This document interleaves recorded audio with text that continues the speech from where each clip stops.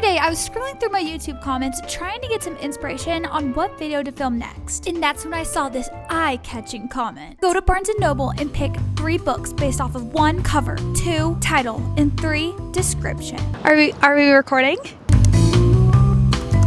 Okay, we're at Barnes & Noble. Let's go in there. I need to pick 3 books out. 1, I'm intrigued by the title. 1, I'm intrigued by the description. 3, I'm intrigued by the cover. I think you just said 1. I did. Let's go. I'm nervous. Oh crap. So I'm doing ones that I don't know anything about. That's really what I want. One's already standing out to me, but I'm not yet, everyone. When I say everyone, I mean me. Wait, these are gonna be expensive. Here is the catch with this challenge. I have to know which book is going to fall under which category. So if I pick up a book and read the description, I can't use that book for the title or the cover. I can either use it as the description book or I can't use it at all. I'm intrigued. So I'm just gonna peruse young adult. I'm gonna go there because, okay, this is on. I think that's safe. This is so cute. I really like this cover a lot. I'm gonna think about it.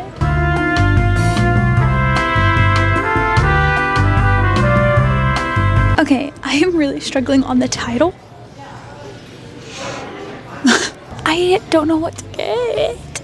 Never ever getting back together. Okay, I really want like a mystery.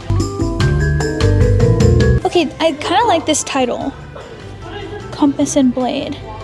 I really want a mystery. I am back from Barnes & Noble and I have all of my books picked out right here. Might have been one of the hardest challenges I have ever done. This was so difficult. If a title intrigues me, I can't read the description and try and not pay attention to the cover, which is really difficult. I just want to say thank you so much to the subscriber who commented this idea. You are amazing. I do not feel confident in this at all. The one book that I feel confident in is the book that I read the description. And that's it. That's the only one. It makes me so nervous going into this, not knowing what the books are about. For our 3 books, I got a romance, a fantasy / romance, and then I got a mystery thriller. The first book we're going to start out with is the title book. And the title that I selected is called One of Us Knows. This is a mystery thriller. There was one that stood out to me too. It's called like Murder in the Family. This is so scary because going into this, I have no idea what people think about these books, and usually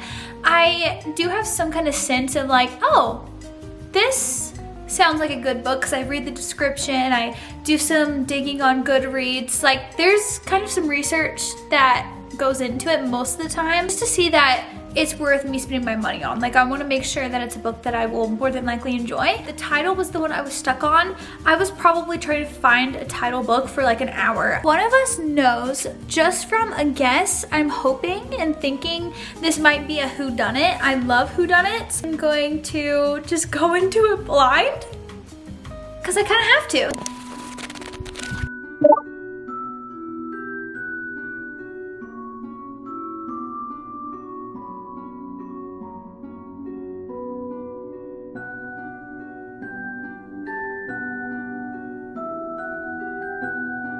I am not enjoying this so far.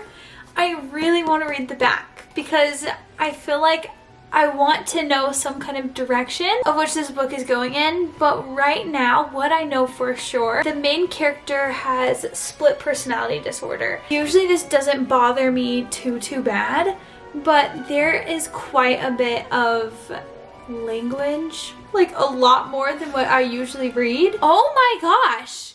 How does it keep getting worse? This is just not a book for me. Not at all. I guess it goes to show that it really is very useful and helpful reading the description. This is kind of my fear coming to life. I was worried that this would happen. I am so sad, so sad, but I'm just gonna have to DNF this one. And now I'm going to read the description and see if that changes things.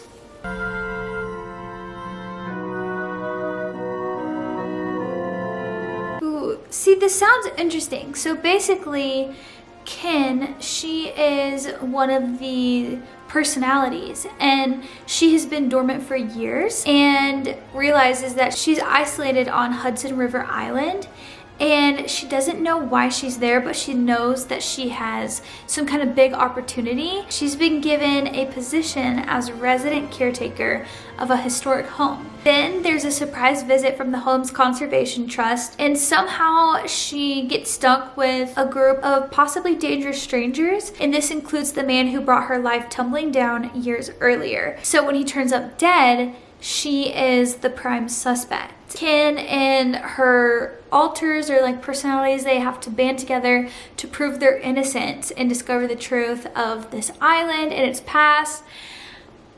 It sounds good, and I'm very curious to know what the heck happened in her past. Oh dang, it sounds so good. Hopefully no one has clicked off this video yet.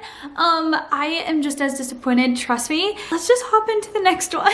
Which one do I do? They're both kind of chunky. The next one I'm gonna do is the description book, and this is a romance. I actually am choosing this one because this one is more well known than I think the other one is. So that is Girl Abroad by Elle Kennedy.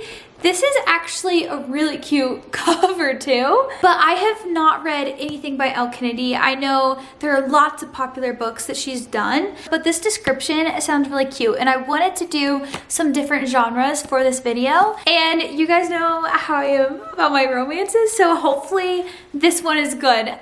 This is a crazy video. The reason why I liked this one is it sounds like there's some sort of, I'm assuming, love triangle, or I don't even know, maybe a love square. The main character, she gets this opportunity to study abroad in London for a year. And it's kind of her chance to finally slip out from under the thumb of her beloved but overbearing retired rock star father. So she's ready to be Miss Independent, but she's really excited to meet her new roommates. So she's so excited to meet these girls until she arrives at her gorgeous new flat in London and realizes that her roommates are all boys. And so they're charming, funny, attractive, and off limits, with a rule against fraternizing between housemates after unwanted drama with the previous girl. This book reminds me of New Girl, the show, and so she ends up falling for two men she can't have: her rugby player roommate and a broody musician with a girlfriend. Not to mention, her research for school has gotten her tangled in a deeply hidden scandal of a high nobility family surrounding her and secrets on all sides. So I'm very excited to read this. Hopefully I like this one. Shall we begin Girl Abroad by Elle Kennedy?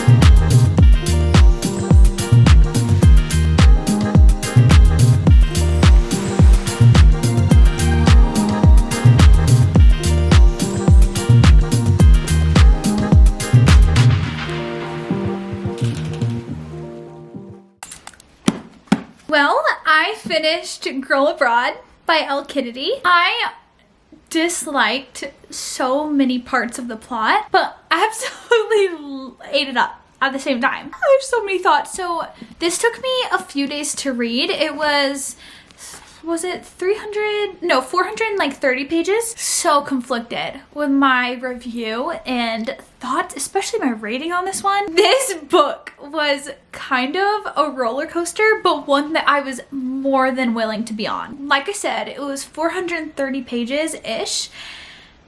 It could have been way shorter. There were parts, especially through the middle. I understand what Elle Kennedy was trying to do, and I felt like because of the length of this novel, I was really attached to the characters. So by the end of it, I honestly wanted more. Like, I want a sequel to their story, although there's really no need. Right off the bat, Abby, she moves to London and she's going there for school to study abroad. And as I already talked about at the beginning of reading this book, basically she thought she was going to move in with these female roommates, but they happen to be all guys. And it's really fun because they all have different personalities. You also explore like 2 out of the 3 of them. I feel as though Jamie, he was one of the roommates, and you don't get that much from him. So she decides to obviously stay because they kind of hit it off, her and the roommates. Oh my goodness. And then there are the friends outside of this circle of the roommates. And that is what really added an extra layer and some more depth, because you're introduced to different characters that you still see often, but not as much as the everyday appearance of the roommates. This is actually where one of the love interests appears. So he is an acquaintance. So basically, he's the boyfriend of Abby's friend's friend. Just based on the description, I knew she was going to fall head over heels for some guy that is in a relationship and has a girlfriend. Also made it really interesting when all of this blew up in her face at the end. It was just crazy. Absolutely loved the setting. I thought it was so much fun to kind of see Abby, the main character, get her footing, and also, oh my gosh, the mystery that is going on throughout this story. She's basically trying to solve this mystery of this painting of this woman, Spice. That was one of my things going into this book. I was worried that there would be a lot of it because I've heard with Elle Kennedy, she's a little bit more spicy of an author. You guys know I don't like reading spice. I just skip it in my books. But sometimes if it's constantly in the main character's thoughts or brought up a lot, that can just take a review for me. And I will say the first bit, it was very mild. And then the middle really ramped it up by a lot, I thought. And then by the ending, it kind of took a back seat once again. At some point, I was like, wow, this is so unnecessary. The main character, Abby, I liked her character, but at the same time, she made choices that I so do not agree with. And the funny part is, she doesn't agree with a lot of her decisions and her choices too. She's straight up playing both of these guys, but the thing is that she's not exclusive with these guys though. So she's also like, well, it's fine. But I absolutely hated it. I felt like it was taking away from the relationship that I was rooting for. It was just so messy. It was so messy. And she starts spinning this lie and it just got so out of hand. I didn't like how it ended because the whole book, she's conflicted. Right up until the end, she has no idea. She straight up has no idea who she wants to be with or loves more.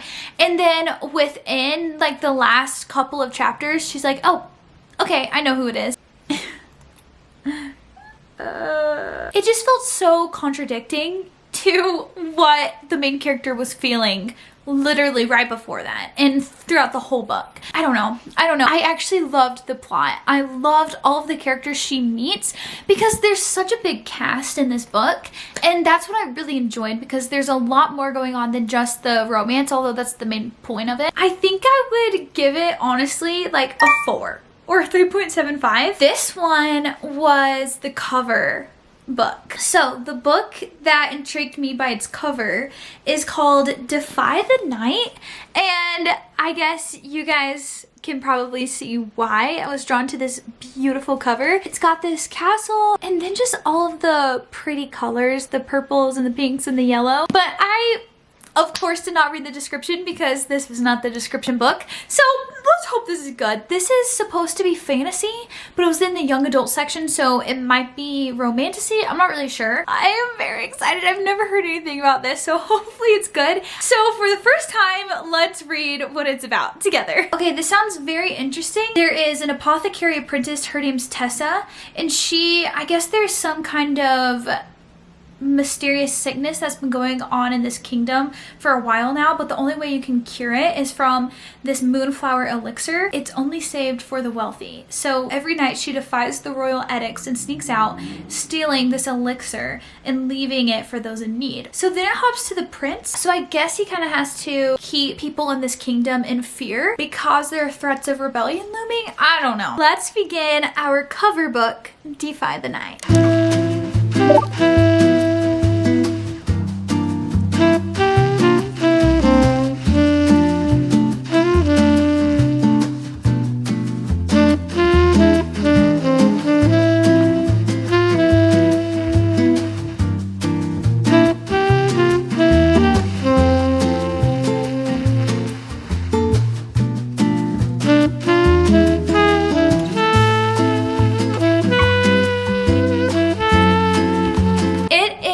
Much later. I actually am so tired. I'm just hoping we can make it far into my book. Honestly, I'll probably read until I fall asleep.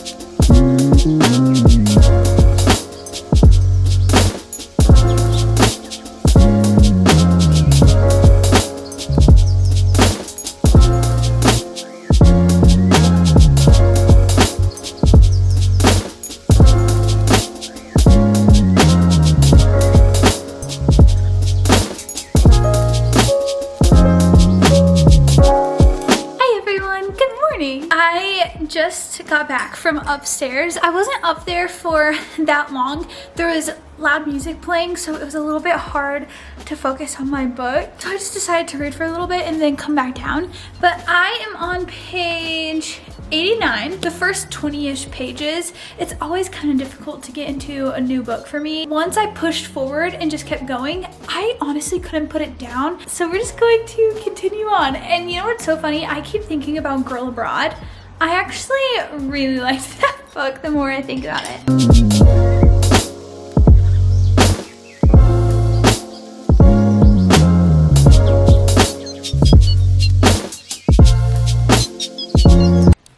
I finished Defy the Night by Bridget.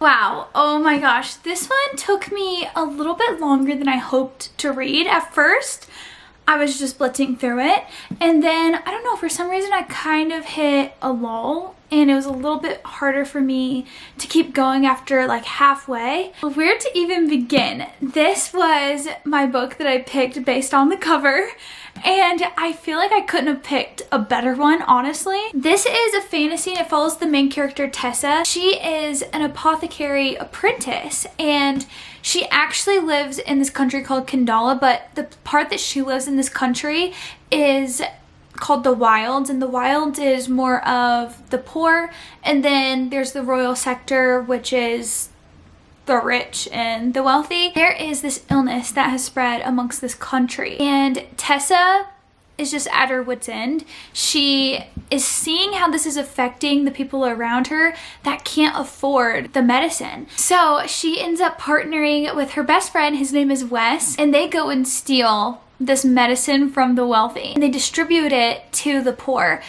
for free. But to the king and the king's justice, they view it as smuggling. And so these smugglers are put to death. And oh my gosh, even the people that are taking the medicine from smugglers or just getting help from the smugglers, they are getting executed in the streets. Like, it is just absolutely brutal. People hate the king. They hate the king and they hate the king's justice. And it's interesting because the other point of view that you get is the king's justice. His name is Korik, who is also the king's brother. It's really interesting seeing the inside of things and then seeing Tessa's point of view. I thought that was really cool because honestly, you really don't like Korik because of what you've heard about him from Tessa. And there is also a rebellion that is looming. So there's a lot going on, but honestly, the cast is pretty small. There are only a few times that I got a little bit confused, but that was with the consoles. But I don't know if I'm invested enough to actually finish the series. I did really enjoy the first one. I would give this one probably like 3.25, 3.5 stars. I did enjoy it and I actually really liked the main character. I liked a lot of characters. I don't want to say who exactly because I don't want to give it away. And I will say there is no magic in this book. So just for anyone who was curious about that, it's pretty much just really politically driven. There's a lot of politics that's going on, but it is super easy to understand. Well, these are the 2 books that I read for this challenge. I did have a third, but I returned it. Like I said at the beginning of this video, I got this idea from one of you guys actually. Please comment down below if you have any fun ideas that you would like me to do or challenges, because you guys are so creative and you come up with the coolest challenges ever. I love you guys so much and I will see you in my next video. Bye guys!